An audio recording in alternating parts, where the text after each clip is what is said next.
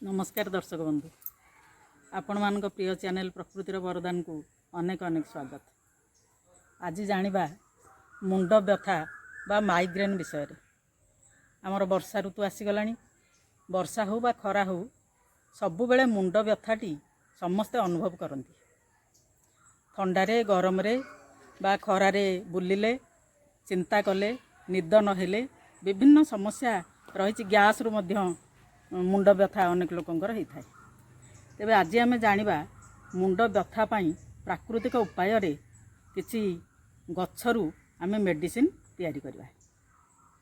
देखंतु मो रहिछि गोटे हेम केदार गछ। आमर ओडिया रे याकु हेम केदार बोली एठी कहंती स्थानीय अंचल रे। आउ मु सुनिछि पश्चिम ओडिसा रे पिला माने याकु कहंती गजा पत्तर। तार अर्थ है यार पत्रु देखु ये तले किसी पत्र खसी पड़ी आ से गजा गछ सृष्टि से गजा पतर बोली संबलपुर अंचल कहती। आउ या हिंदी रे पत्थर चटा बा पाषाण भेद एमती अनेक ना यार रही। आ इंग्राजी रे कालांचय पिनाटा। तेबे यही गछर पत्र को आमे जदि नहीं कि गोटे दुईटी पत्र यार नहीं जदि बाटिकी मुंडरे लेप दबा ताहले आमर मुंड व्यथा उपशम होता है। आ ये हूँ आमर तेजपत्र गछ जहाँ को छोट थिला बेले मु गोटे वीडियो यार करी। वर्तमान ये बहुत बड़ हो गलानी। आउ रोसे घरर तेजपत्र चिंता आउ नाही। ये सबु बेले आमको पत्र जोगाउछि। ये तेजपत्रर लेप बाटिकी जदि या लेप दबा तेबे मध्य आमर माइग्रेन भल हुए। आउ दुई तीनोटी पत्र को सिझाई तार काढ़ा पीले अति शीघ्र मुंड व्यथार उपशम मिली थाए। इंग्राजी रे जहाँ कहती बे लीफ।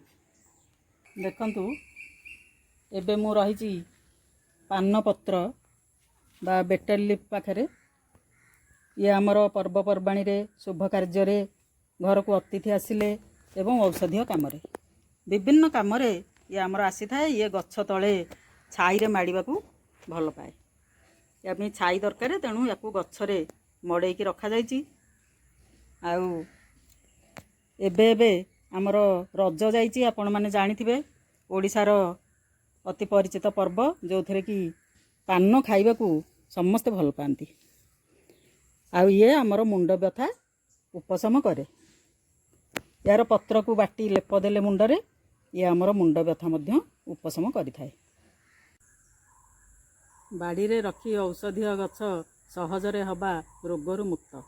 आपण माने गछ गुड़िकर जत्न करंतु। बाड़ी रे गोटे गोटे गछ एथुरु लगांतु। ये अति सहजरे आपण मानकर रोग भल करिया पई सबु समय रे काम रे आसीबो। आज पई मते विदाय दियंतु। रहुची। जय जगन्नाथ।